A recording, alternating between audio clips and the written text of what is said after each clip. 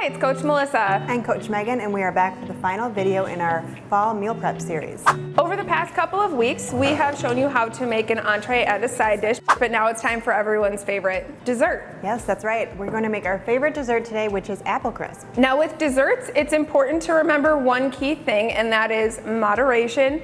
Yes, it tastes delicious, but make sure to practice some self-control and not eat the entire pan by yourself. This is a wonderful dish to share with your friends and family. That's right. So go to our blog, Words of Wellness, check out the recipe for yourself, then grab the ingredients and come cook with us.